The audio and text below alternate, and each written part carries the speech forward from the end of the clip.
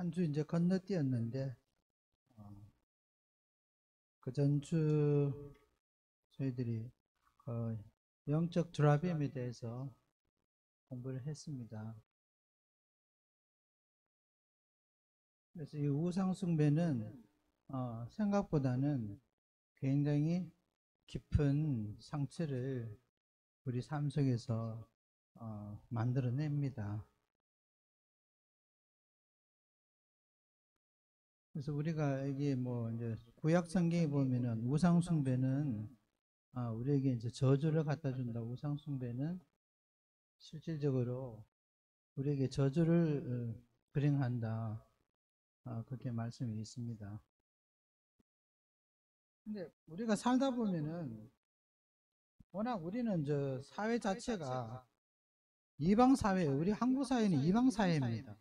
이방 사회에서 살다 보니까 이 성경에서 기록한 그 문화적 요소라든지 그 성경 기록된 그 백그라운드 그러니까 유대인들이 살아왔던 그 조상들이 살아왔던 그 분위기랑 우리가 살아왔던 분위기랑 굉장히 다릅니다. 그 다른 것이 우리가 예수를 받아들이고 기독교 문화를 세우고 했지만 한국에서 사실 기독교 문화라는 게 얼마만큼 영향을 미치느냐. 제가 이제 산 타는 걸 등산하는 걸 좋아하니까 한국의 이제 산들이 좀 전 세계적으로 봤을 때 아주 이제 특별한 그런 좋은 장점을 지니고 있습니다. 도심만 벗어나면 다 산이고 그 산들은 보통 뭐 1박을 안 하더라도 다 이렇게 다녀올 수 있는 그야말로 이렇게 즐길 수 있는 그런 산들입니다. 뭐 히말라야처럼 그렇게 뭐 고산지대도 있는 것도 아니고 그렇지만 이제 뭐 설악산 같은 데는 그래도 만만하게 볼 수 없는 그런 산들이 절비한데 가 보시면 아시다시피 산에는 어제 제가 그 유튜브를 보다가 설악산에 가보면은 그 유명한 이제 공룡능선이 있습니다. 공룡능선이 있고 그게 이제 제일 설악산 전체에서 가장 험하면서 가장 아름다운 곳이라고 그러는데 그 공룡능선 옆에 보면은 이렇게 공룡능선이 이렇게 있고 이쪽으로 보면은 용화장성릉이라고 있습니다. 용의 이빨처럼 이렇게 기안개석이 절배해서 있다 그러는데 여기는 지금 출입을 금지시켜 놓은 곳입니다.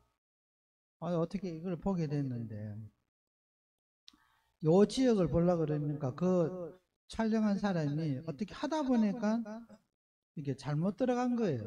길을 잘못 놓쳐가지고 이거를 볼 수 있는 그러니까 그거 보면 봉정암이라고 암자가 있습니다.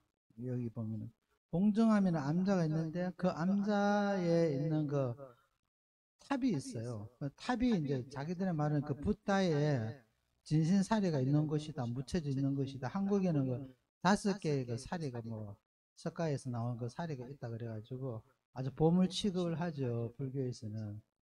근데 그 자리가 얼마나 경치가 좋은지 딱 타워가 서 있는 거기서 딱 이렇게 비춰보는 경치가 너무 절묘하게 이렇게 나타나 있어요. 그래서 제가 생각할 때 어쩌면 저렇게 좋은 자리에 꼭 불교의 절들이 들어가 있느냐. 그리고 그런 그 지역만 골라가서 그 사람들이 절을 세웁니다. 그러다 보니까 산에 가면은 이게 도대체 한국의 기독교가 어디에 있는지 산은 전부 다 뭐 좋은 휴양지들은 다 절에서 다 차지하고 있어가지고 한국 문화는 불교 문화 같은 느낌이 듭니다. 실제로 가보면은. 대도시에 와야지 이제 뭐 교회들이 절비가 있어서 기독교 문화가 좀 있는데 그런 눈으로 시각을 보면은 우리가 생각보다는 우리가 한국이 너무 이방적이고 너무 이 문화가 기독교 문명하고 사실 좀 거리가 있다라는 생각을 하게 됩니다. 그래서 우리가 우상숭배는 우리 조상들이 거의 대부분 저질렀던 죄입니다. 왜냐하면 뭐 그 당시에는 기독교가 없었으니까요. 들어온 지 200년밖에 안 됐으니까. 그러면 이게 당대에 끝나는 것이 아니고 우상숭배의 저주들이 그냥 당대에 끝나는 것이 아니라 3, 4대까지 내려가기 때문에 그 피해는 우리가 생각하는 것보다 훨씬 더 심각한 문제를 가지고 옵니다. 우리가 이제 잘 인식을 못하죠. 가정에 어떤 문제가 생겼을 때도 그게 뭐 우리 조상들 우상 숭배하고 무슨 상관이 있냐 이렇게 보통 생각을 잘 안 하니까. 그래서 이 부분을 우리가 좀 심각하게 다뤄야 되는 부분이 바로 그 이유입니다. 그 야곱 같은 경우에는 주라범이 이제 집에 들어오니까 우상 숭배를 하기 시작하니까 연속적으로 계속 사건이 터집니다. 성경에 그걸 기록한 이유는 그게 이유가 있다는 것을 우리한테 보여주는 거거든요. 여기서 이제 그 디나가 성폭행을 당한 사건이 생겼고, 그 다음에 그 이후로 해서 세겜 족속 전체가 야곱의 아들들에 의해서 다 죽게 됩니다. 무고한 피가 흐른 거죠. 이 무고한 피가 흐른 것은 하나님께 굉장히 싫어하는 일입니다. 그래서 아들 둘이가 일종의 말하자면 저주를 받은 거죠. 마지막에 그 야곱이 이제 죽기 전에 다 예언을 했는데 거기 보면은 아들 둘이한테는 아주 뭐 말하자면 나쁜 예언이 들어간 겁니다. 나온 겁니다. 근데 그걸 보면은 디나가 그렇게 사고를 당한 것을 시점으로 해서 사고를 당하고 그 다음에 다행스럽게 그나마 다행스럽게 이 세겜을 탈출할 때 하나님께서 그 드라빔을 다 버렸지 않습니까? 육적으로 눈에 들어오는 우상 숭배하는 그 형상들은 다 야곱이 다 버렸고 옷까지도 버렸습니다. 옷을 버렸다는 의미는 그 문화적인 것도 우리가 이방 것을 하지 않겠다는 그런 의지의 표현이니까 그야말로 청결 작업을 했습니다. 해서 그것 때문에 하나님께서 야곱의 가족들이 이 세겜 주변에 있던 그 여러 부족으로부터 공격당하는 걸 막아주셨습니다. 그래서 아무 해를 입지 않고 야곱 입장에서 정말 뭐 천만다행이죠. 이게 뭐 다 자기들이 가족들이 죽을 수 있는 그런 시점이었는데 야곱의 고백대로 이거 다 죽게 생겼다 이래 생각했는데 근데 아무도 추격을 하지 않아서 그야말로 한숨 돌린 거죠. 돌렸지만 이 우상숭배 드라빔의 그 영적 폐해는 여전히 그 가정에 이게 우리가 영적 드라빔이라 이 말을 할 때 영적 어둠이라고 생각하면은 좀 더 이렇게 실감이 날 겁니다. 이 어둠이 거치는 것은 한 가정의 어둠이 거치는 것은 금방 내가 뭐 하나님께 충성했다 해서 확 이렇게 거쳐지는 것이 아니라 어떤 의미에서는 시간적 그 타임이 필요합니다. 그래서 이 영적 어둠이 그 탈출하는 그 시점에서는 마치 이렇게 구름이 이렇게 확 덮여있다 잠시 햇빛 나는 것처럼 하나님의 은혜와 돌보심이 손길이 있어서 그 피해는 피해 갔지만 그 이후로 계속 보면은 이어집니다. 그 다음에 사건 나온 거 보면은 우리가 이제 한번 그런 이야기를 다룬 적이 제가 기억이 납니다만은 그 드보라의 유모죠. 또 리브가의 유모인 드보라가 죽습니다. 왜 죽는지에 대해서 이유는 하나도 안 돼 있는데 모든 가족들이 뭐 아주 애통했다고 성경에 기록되어 있는 거 봐서는 뭔가 이 사고로 죽지 않았나 그런 우리가 예상을 해봅니다. 그 드보라의 죽음이 전체 가족에 상당히 타격을 줬다라고 그 성경 구절 자체를 보면 그렇게 우리가 이해를 할 수 있습니다. 드보라가 죽고 난 뒤에 또 무슨 일이 있었습니까? 라헬이 죽음이 또 이어집니다. 라헬이 죽고 그러니까 이게 야곱의 입장에서는 아버지니까 아버지 입장에서 가족 안에서 이런 일들이 계속 벌어지면은 그 마음의 그 고통이라는 게 굉장하죠. 더군다나 라헬은 야곱이 얼마나 사랑하는 와이프입니까? 그렇게 죽고 그 다음에 이제 그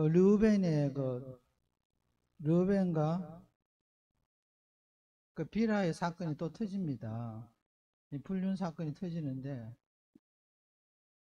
그러니까 어떤 의미에서는 이거 이래 보면은 가정에 한 문제만 터져도 머리가 터져 나갈 것 같은데 이런 것이 계속 연속적으로 이어졌을 때 야곱의 심정이 어떻겠는가 우리가 충분히 상상할 수는 있습니다. 그런데 이 문제가 결국 이 가정에 드리워진 그 어두움 이 어두움을 확실히 걷어내지 못해서 연속적으로 이어졌다라고 봅니다. 그래서 우리가 무상 숭배라는 것은 굉장한 심각한 데미지를 우리한테 주는 것을 알 수가 있습니다.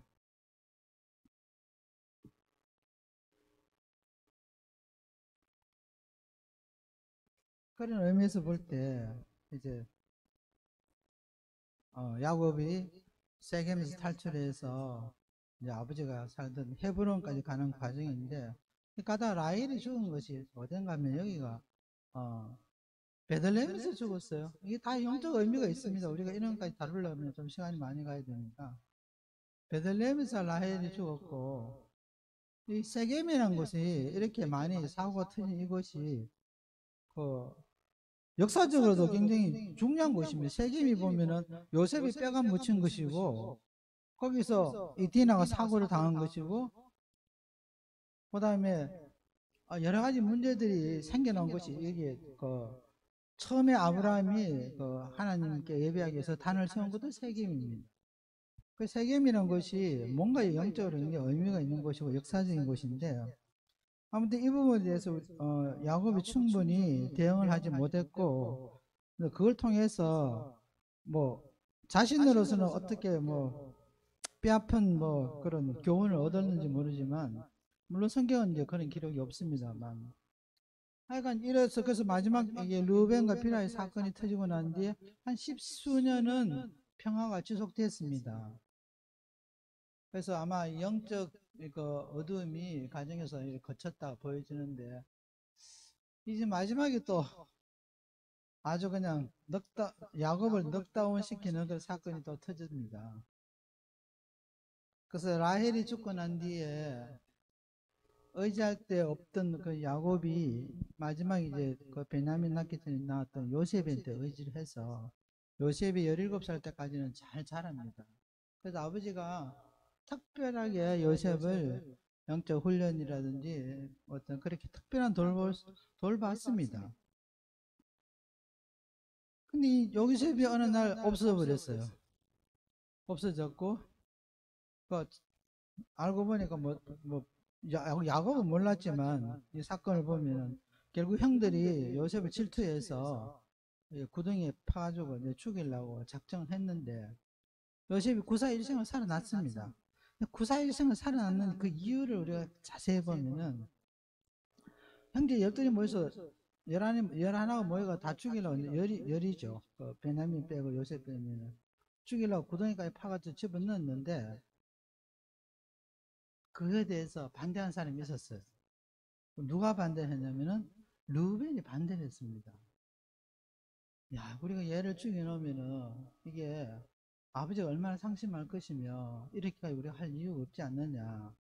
그 르벤이 반대를 했는데 거기다가 플러스 유다까지도 르벤의 힘을 보탰습니다.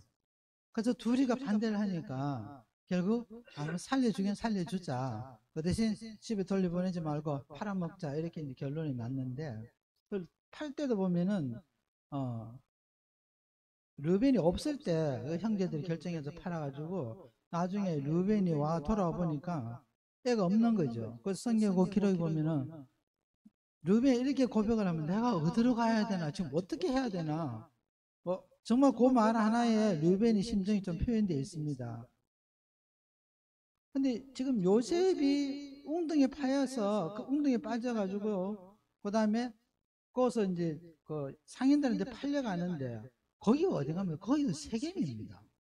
왜 세겜까지 올라가서 양들을 쳤는지 그거는 뭐 우리가 확실히 알 수 없습니다만은 그 형들이 그 양을 친 곳이 그 세겜지였고 거기서 요셉이 애굽의 노예로 팔려가는 사건이 일어났습니다. 그러니까 세겜이 굉장히 뭔가 이상적인 그 일들이 계속 일어나는 장소예요. 근데 우리가 가만히 이 성경을 볼 때 르벤과 사실은 유다는 어떤 면에서 좀 패륜하죠. 그 시몬과 레위가 살인한 그 세겜 족속 전체를 죽였으니까 제일 10형제 중에서 12형제 중에서 가장 나쁜데 그 다음에 뭐 따져보면은 유다나 르벤이나 이제 비슷하죠. 근데 그 패륜화적인 행동을 했는데도 불구하고 야곱이 그 이야기 그냥 듣고 어떻게 조치를 취했단 말이 없습니다. 왜 이 조치를 안 취했을까? 이게 죄가 뭐 적어서 안 취했을까? 아니면 뭐 눈 감아 준 것일까? 뭐 이런 걸 따져보면은 야곱이 이게 얼마나 이것도 끔찍한 죄인지를 다 알고 있었습니다. 왜 그런가 하면은 유다가 이 며느리하고 이제 같이 자가지고 애를 놓잖아요. 근데 그게 이제 지 새끼인지 몰랐죠. 그래서 누군가 와서 아니 다말이 저 어디 가지고 뭐 어떻게 사고를 쳐서 애를 가졌습니다. 그러니까 유다가 뭐라 그런가 하면은 끌고 와서 불살라 가지고 태워 죽이라 그런 거예요. 그 나중에 지 새끼인지 알고 뭐 지가 그랬으니까 할 말이 없는 거죠. 그래서 유다가 다말이가 불륜적인 행동을 보고 불을 태워라 죽이란 걸 한 거 보면은 이게 적은 일이 아닌 거죠. 굉장히 큰 일입니다. 그야말로 죽음으로써 그 죄값을 치러야 되는 그런 사건인데 루벤도 마찬가지 아버지 첩을 건드렸으니까 그럼에도 불구하고 야곱이 어떤 조치를 취한 게 없어요. 그래서 혹자는 이야기하기를 야곱이 이미 그때는 너무 고생을 많이 하다 보니까 너무 끔찍한 일을 트라우마를 많이 겪다 보니까 이 영적인 어떤 그런 그 육적인 것보다 영적인 어떤 그런 깊은 어떤 단계까지 좀 가지 않았나, 네, 그렇게 추정을 합니다. 아무튼 그 부분을 그냥 넘어갔어요. 넘어갔는데 결과적으로 보면은 그 사건이 있은 게 뭐 요셉 살려가는 그 나이대가 17살이었으니까 뭐 열한 뭐 두세 살 뭐 전에 10년 전에 이랬던 사건이라고 볼 수 있어요. 그런데 그러니까 그 빌라가 이제 르벤이 사고를 친 그 시점으로 계산해서 요셉이 팔려갈 때 그 시점을 생각해 보면은 한참 옛날 일입니다. 근데 결정적으로 그 둘이가 야곱을 그렇게 힘들게 했는 그 아들 둘이가 결국 요셉을 살렸어요. 그러니까 아버지의 어떤 그런 고통을 덜어준 역할을 한 겁니다. 아버지한테 가장 생채기를 준 아들들인데 요셉은 그나마 살려줬으니까. 근데 그걸 보면은 야곱이 하나님한테 아들들의 죄를 대신해서 그 우리가 그거를 이제 identification prayer라고 그러는데, 그러니까 상대의 죄를 자신이 저지른 죄로 생각해서 대신 회개 기도해 주는 거. 그것을 그러니까 같은 중보지만 자신의 상대의 죄를 자신의 죄로 생각하고 하나님께 대신 회개를 하는 빌어주는 행위가 우리가 중보 회개 기도라고 그럽니다. 그래서 야곱은 아마도 이 회개 기도를 통해서 아들들의 죄를 하나님께 구하고 대신 용서를 구하지 않았나 그렇게 보여집니다. 그러니까 이미 야곱은 이런 상태까지 들어갔으니까 영적으로 상당히 좀 깊이 들어가지 않았나 그렇게 이제 보여집니다. 그 사람의 영적 상태가.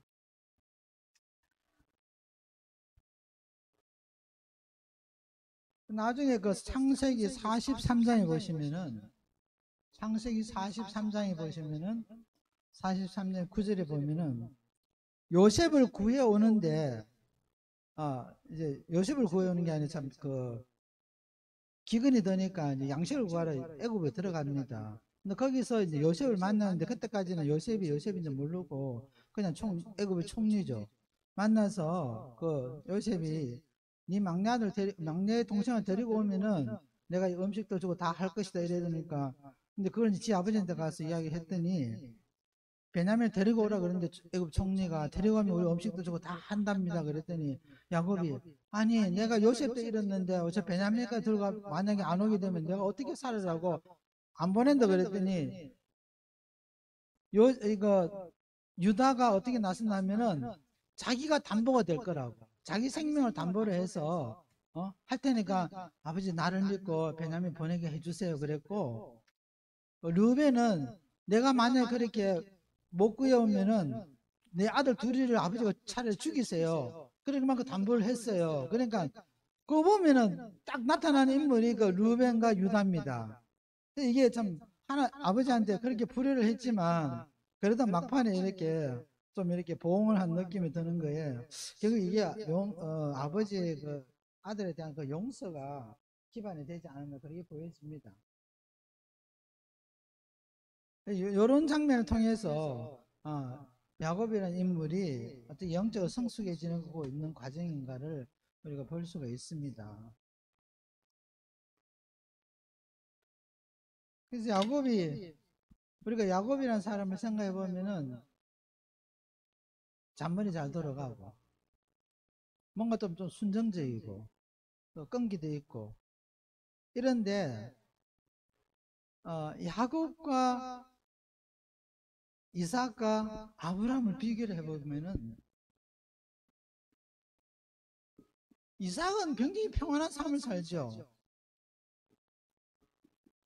아브라함은 그래도 우여곡절이 많이 좀 겪었는데 이삭은 참 평안한 삶을 삽니다.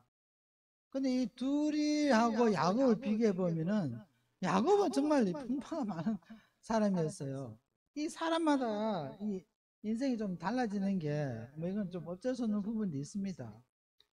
그런데 아브라함도 그 하나님이 원하는 그 요구하시는까지 그 신앙 체계를 갖춘 사람이에요.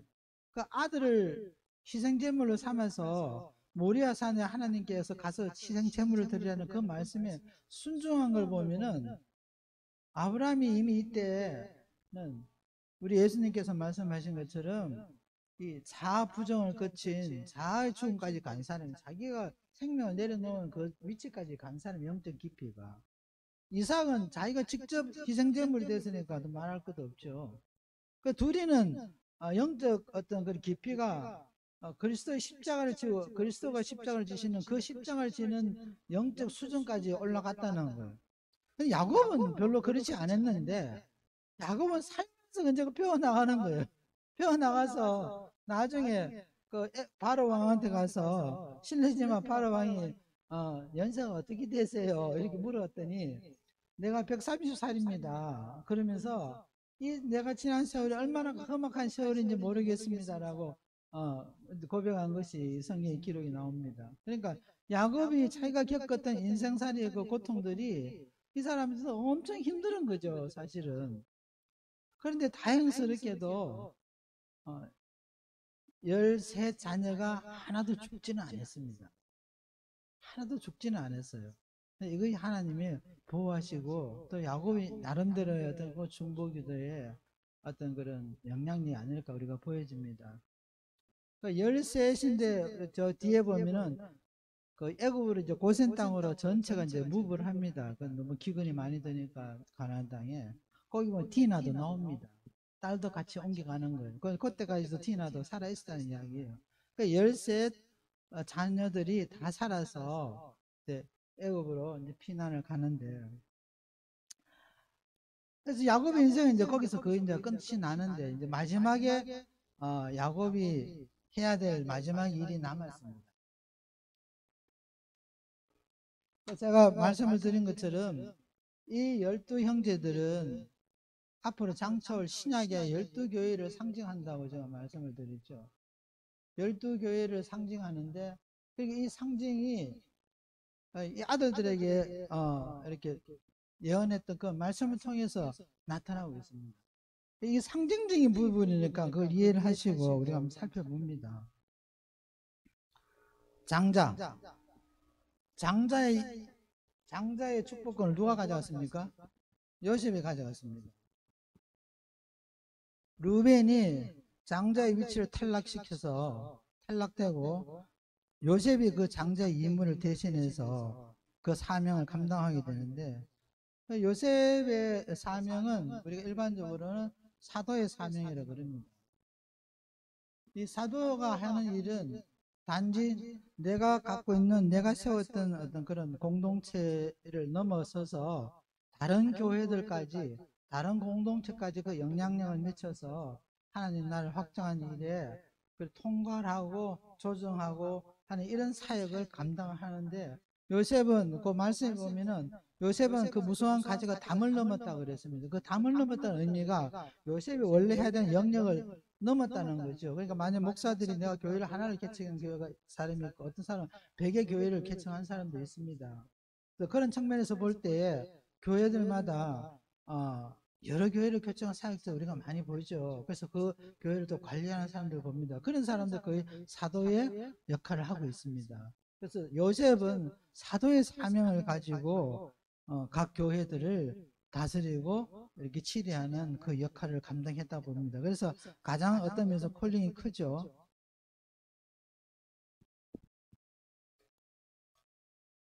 그 다음에 유다의 사명을 보면은 유다가 넷째지만 순서적으로 좀 달리합니다만은 유다는 그 교회를 개척하는 의무를 지니고 있다고 우리가 봅니다. 그 유다의 그 사명이라는 것은 교회를 개척하면서 이 하나님 나라의 그 권능의 사역, 권능과 능력의 사역, 교회의 권세 이런 것을 상징을 합니다. 그래서 이 특별히 권능과 권세가 유다한테 내려와 있다는 거, 그게 하나님의 예정하신 역사적인 일이란 거죠. 그리고 그냥 단순히 우리가 만약에 이 죽기 전에 이제 야곱이 12아들을 모아놓고 예언한 거니까 이것이 12아들한테만 이야기하고 유대 시대만 이야기했다 그러면 지금 우리하고 아무 상관이 없죠. 루벤한테 무슨 예언한 거지 그게 지금 나하고 무슨 상관이 있겠어요? 성경은 그 이야기가 아니라 성경은 전체 이야기와 교회를 세워나가고 교회를 하나님께서 어떻게 사용해서 하나님을 확장하신가를 창세기부터 요한계시록 끝까지 예수님이 다시 오는 그때까지 이야기는 전체는 다 교회 이야기입니다. 교회 이야기는 이게 구속 사역 이야기죠. 그 다음에 우리가 눈여겨볼 것은 이사갈 지파의 사명이 뭐냐 하면은 거기는 예언자의 사명입니다. 이사갈은 예언자의 사명을 갖고 있고 중보기도자들의 역할을 하게 되어 있습니다. 거기 보면은 어깨를 내려 짐을 메고 앞자리에서 섬긴다고 말했는데 여기에 이제 중보기도자 역할이에요. 아니 내가 내 기도하기 바쁜데 남 기도까지 해주는 거 중보기도 하는 게 상당히 힘듭니다. 그 사람의 아픔을 내가 느낄 수 있어야지 중보기도가 제대로 되지. 하나님 저 사람 아프니까 좀 고쳐주세요. 아무 느낌 없이 하는 건 역사가 없거든요. 그래서 이사갈은 그런 사명을 감당했고 요 단지파도 재밌어요. 단지파는 무슨 사역을 이야기하냐면은 딜리버런스 사역, 마귀들 쫓아내는 축사 사역, 그리고 악한 영들을 분별할 수 있는 것을 상징하고 있습니다. 그래서 지금 12형제들이 다 교회가 갖고 있는 어떤 특징들을 보여주는 거예요. 그 교회가 다양한 모습을 갖추고 있다는 것을 보여주고 있어요. 이 르벤 같은 경우는 어떻게 보이냐면은 르벤은 이게 하나님의 콜링이 굉장히 큰 사람이라는 거예요. 이 부르심은 큰데 그 열매가 그 부르심만큼 택도 없이 못 치지 못하는 그런 부르심은 그렇게 크고 출발을 멋있게 하고 이래 했는데도 불구하고 교회가 열매가 별로 없는 교회들을 상징하는 거예요. 르벤은. 풍성하지 못한 열매가 풍성하지 못한 사역자 혹은 교회들을 상징하는 것이 이 르벤을 통해서 르벤의 예언을 통해서 나타난 예수 하나님의 그 말씀이라고 보시면 됩니다. 그다음에 이제 스불론 같은 경우에는 해변에 거주한다 그랬는데 사실 스불론에 해변이 없습니다. 해변이 없는데 그 스불론에 들어가 있는 거 이면 이야기도 좀 재밌는 이야기들 많아요. 이게 열악한 환경 속에서 해변을 진출하기 위해서 여러 가지 예를 많이 씁니다. 그래서 스르벤의 그 스불론의 사명은 선교 사역을 상징한다라고 우리가 봅니다. 선교 사역, 이반젤리스트 사역을 감당한다고 보여져요. 그 다음에 아셀은 제가 이걸 보면서 이 아셀의 사역이 참 좋다라는 생각을 했습니다. 이게 뭐냐니까 스포츠예요. 공급제예요. 물질에 공급할 수 있는 그 교회가 물질이 많이 필요합니다. 그 물질을 공급할 수 있는 그런 스포츠 역할을 해준다는 거예요. 그러니까 돈이 없으면은 교회 공급할 수가 없지 않습니까? 수많은 선교사들 나가 있으면 그것도 스포츠하고 돈도 보내고 선교 헌금도 보내고 교회도 이렇게 세우려고 그러면 뭐 돈이 있어야 움직일 수 있으니까 그거를 아셀이 감당하는 거예요. 아셀은 상당히 부자여야지 뭐 가능한 이야기니까 이것도 뭐 큰 블레싱이죠. 그 다음에 이제 납달리 같은 경우에는 찬양 사역자의 상징을 하고 있습니다. 찬양을 통한 주님의 임재를 상징하는 것이 납달리의 사역입니다. 이 납달리가 예수님이 집중적으로 사역했던 지역입니다. 이 지역이니까 찬양이 항상 울려 펴지는 그 지역을 상징하기 때문에 납달리는 찬양 사역자들을 상징한다고 우리가 봅니다. 그다음에 이제 베냐민 같은 경우에는 아침에 움켜쥐었다가 오후 저녁 되면 이제 다 그걸 분배를 했다 그러는데, 이 사도행전 6장에 보면은, 사도행전의 6장에 보면 이런 스토리가 나옵니다. 이 사람들이 성도들이 너무 많아지니까 사도들이 정신이 없는 거예요. 왜냐하면은 그 당시에는 이렇게 가난한 사람도 많고 이러니까 교회가 이 물질 공급하는 일을 많이 했습니다. 하다 보니까 어떤 사람한테 물질 좀 많이 가고 어떤 사람들은 적게 가고, 또 히브리인들은 좀 많이 가고 헬라 출신 이방인도 적게 가고, 이런 문제 때문에 교회가 아주 시끄러웠어요. 그래서 시끄러우니까 사도들이 와서 회의를 해서, 야, 우리가 이런 일을 해서는 안 된다. 왜 목사가 그런 일을 해야 되느냐. 그래서 우리가 말하는 세 번 집사를 세웁니다. 일곱의 집사를 세우는데, 이 집사란 말이 좀 사실 성경적으로 좀 맞지는 않아요. 이 여기도 성경으로 보면은, 헬라어로 보면은 사도들입니다. 사도의 역할을 한 거예요. 일곱의 집사도. 이들이 그러니까 각자의 은사대로 움직인 거죠. 이 교회에서 공급하고 나눠지고 이 교회 전체를 이렇게 재정계 문제를 움직이는 사람은 초대기 이 세 번 집사가 한 겁니다. 그러고 난 뒤 교회가 굉장히, 그러니까 사도들은 말씀과 기도한 일에 집중했다고 그랬거든요. 그래서 교회가 굉장히 부흥했다고 사정진 기록이 있는데, 베냐민이 이 역할을 한 겁니다. 분배자의 역할을 상징하는 것이 베냐민에게 떨어진 하나님의 사명이고, 그다음에 이제 갓 지파 같은 경우에는 이 영적 워리어, 영적 전투자죠. 이 마귀들하고 직접 이렇게 싸우고 중보기도 하고 이런 여가 다 포함합니다. 영적 전투자에서 갓 지파가 부름을 받았습니다. 그래서 레위는 이제 우리가 다 아시는 것처럼 제사장의 사역을 감당합니다. 근데 요 11형제는 다 이렇게 나와 있어요. 나와 있는데, 레위하고 스므는 그냥 이렇게 뭉뚱그려가지고 둘이가 그냥 컬사는 받는 그런 내용만 나와 있는데, 레위는 그 컬스를 뚫고 가서 이렇게 그러니까 제사장들의 사역을 감당하는 그 위치를 갔는데, 시몬은 이야기가 없습니다. 뭘 했는지. 그 시몬 지파도 보면 저기 유다 강야 밑으로 거기에 그 지분을 받았어요. 이 부분을 어, 연구하는 학자도 별로 없는 것 같아요. 없고 하는데, 보면은 이건 결국 하나님이 지금 11형제한테 다 하나님의 콜링을 이야기해 주는 거예요. 너의 콜링은 이것이다, 나의 콜링은 이것이다 이야기했는데, 시몬은 그게 없다는 이야기는 하나님이 콜링 안 한 것이 아니라, 시몬은 하나님이 부르시면 불렀지만 응답하지 않는 사람이었다. 하나님 콜링, I don't need it. 너 하나님 너 사역자를 불렀어. 바이블 스타디 하는 티처를 불렀어. 뭐 중보기도자를 불러서 찬양 사역자를 불렀어. 그런데 그게 지금 다 필요 없는 거. 나 그건 뭐 필요 없습니다.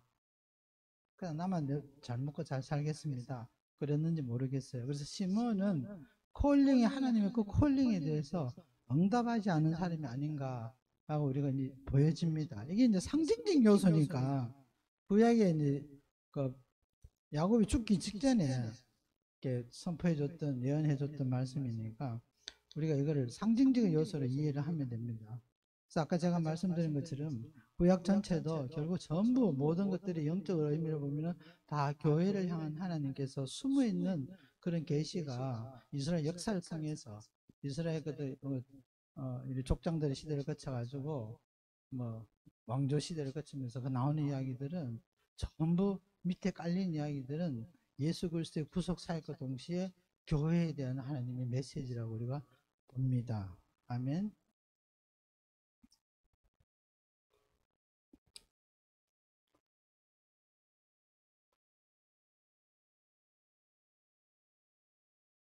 그래서 아까 우리가 이야기 잠깐 한 말 중에서 야곱은 어떻게 그 십자가를 지고 십자가에 죽는 그런 영적 경험을 했을까?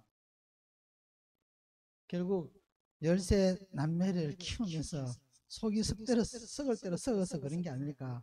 아니, 하나를 키우는데도 그렇게 힘드는데 13명을 키운다는 이게 보통 일이겠습니까? 어떤 사람은 뭐 하나 키우는 것보다 둘이 키우는 게 쉽다 이런 이야기 하는데, 꼭 그렇지는 않더라고요. 한 3명 키우는 엄마들 이야기 들어보고 4명 키우는 엄마들 들어보니까 뭐 하나 키운 엄마하고는 좀 게임이 안 되더군요. 힘들었어요. 그래서 야곱은 13 자매를 키우면서 다 이제 세상을 다 내어보내고 다 불완전하죠. 야곱의 눈으로 보면 그 자식 어느 하나가 온전하게 이렇게 너 나가서 세상에서 그야말로 빛으로서 역할을 다 할 것이다. 하나님 사명을 다 감당할 것이다. 그렇게 자신할 수 있는 자녀들이 13 중에서 한 사람도 없습니다. 사실은. 가장 그래도 괜찮다는 유다도 보면 저렇게 가정 치리하는 것도 엉망이고 지 자신도 그렇고 뭐 자기 뭐 그것도 제대로 통제하지 못해가지고 하는 거 보면은 그래요. 그래서 아무튼 여기서 이제 그 야곱의 인생이 이제 끝이 납니다. 이 예언을 끝으로. 그래서 그는 마지막에 죽을 때 나의 하나님은 어떤 하나님일까? 내가 섬겼던 하나님 나에게 어떤 의미를 갖고 있을까? 이렇게 생각했을 때 과연 뭐라고 이야기했을까? 그 아브라함 같은 경우에는 나의 하나님은 전능자 하나님이시다는 말이 그냥 튀어나올 것 같아요. 왜냐하면 아기를 낳을 수 없는 상황 속에서 아기를 주셨으니까, 더구나 100세에 된 아기를 주셨으니까 이건 뭐 어떻게 말할 필요가 없는 거죠. 그래서 전능자이신 하나님이 아브라함한테 너무 깊이 들어가 있었을 겁니다. 그런데 야곱은 나의 하나님은 어떤 하나님이실까? 여러분 집에 가서 한번 생각해 보세요. 숙제 드립니다. 뭐 하나님의 모습은 다방면으로 나타납니다. 자비의 하나님, 긍휼의 하나님, 또 우리에게 힘을 주시는 힘의 하나님, 이적을 일으키는 이적의 하나님, 우리를 돌보시는 그 목자 같은 하나님, 우리 병을 치유하시는 치유의 하나님. 그 하나님의 모습이 여러 이렇게 모습들이 있지만 나한테 특별히 주어진 어떤 그런 하나님의 모습은 뭔가. 제가 같은 느낌에는 저는 이렇게 정리를 하면서 생각해 보니까 하나님이 나한테 좀 특별하다라는 그런 느낌을 제가 많이 받았어요. 내가 하나님 알지 못할 때 하나님 벌써 나를 아시고 준비해 주셨고 이렇게 인생 꼭꼭이 흘러가는 거 보면은 정말 예비하신 하나님 아닌가 이 생각이 들었습니다. 그래서 우리가 사역자 되고 뭐 누구건 상관없이 우리 모두는 그리스도의 그 필요 공로로 그 구속함을 입은 모든 사람들은 하나님에게는 굉장히 소중한 하나님의 생명과 맞바꾼 자녀이기 때문에 하나님의 콜링은 굉장히 중요합니다. 그런 면에서 우리가 이제 자주 다룬 이야기지만 나 때문에 나라가 멸망하지 않았다 이렇게 생각해 보면은 그게 아멘이 되세요.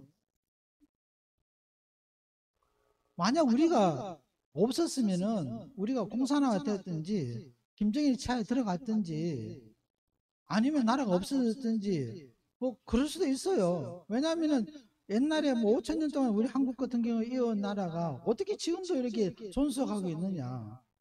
그거는 우리 하나님께서 우리를 콜링해서 부르시고 이 나라를 복음화시키라는 그런 사명을 창세전에 만들어놨기 때문에 우리가 이 한국이라는 나라 보존이 돼야 되는 거예요. 한국 주변에도 수많은 그 큰 나라나 작은 나라 다 없어졌고 지금까지 남아있는 나라 한국만 남아있어요.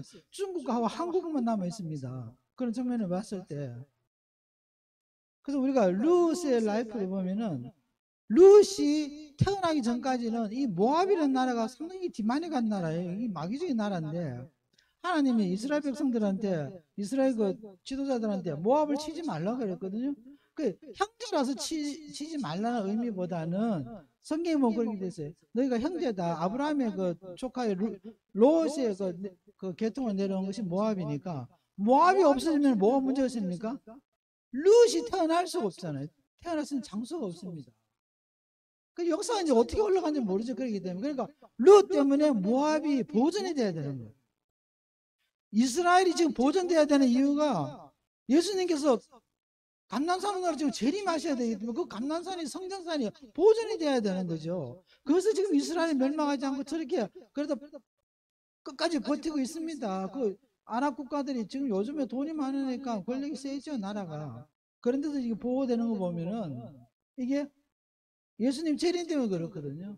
룻도 마찬가지. 룻이 태어나야 되니까 여자의 후손으로 예수님께서 오셨기 때문에 룻이 반드시 살아 있어야 돼요. 룻이 살아 있으려고 그러면 모압이 멸망해서는 안 되는 거.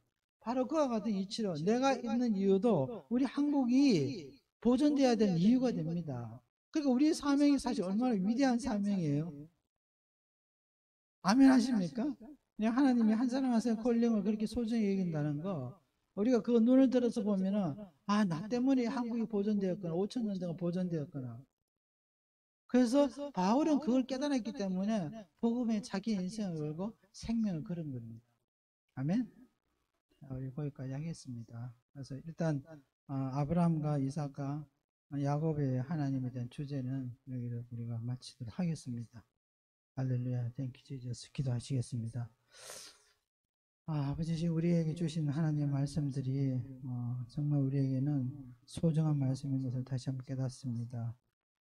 그러나 우리가 깨닫는 것들 아직도 적은 부분밖에 안 됨을 우리가 다시 한번 깨닫습니다. 주님, 우리가 말씀을 볼 때마다 더 깊은 계시가 우리에게 올 수 있도록 주님 허락해 주시고, 그 계시를 따라서 놀라운 하나님 비밀들이 이제 마지막 때가 가까웠으니까 더 많이 드러날 수 있도록, 저희들 통해서 더 많이 드러날 수 있도록, 저희 교회를 통해서 더 드러날 수 있도록 주님 축복하여 주십시오. 우리 한 사람 한 사람을 주님 축복해 주셔서 하나님께서 부르신 그 사명대로 그 사명을 다하는 날까지 우리가 하나님께 충성할 수 있도록 도와주세요. 감사드리며 예수님 이름으로 기도합니다. 아멘.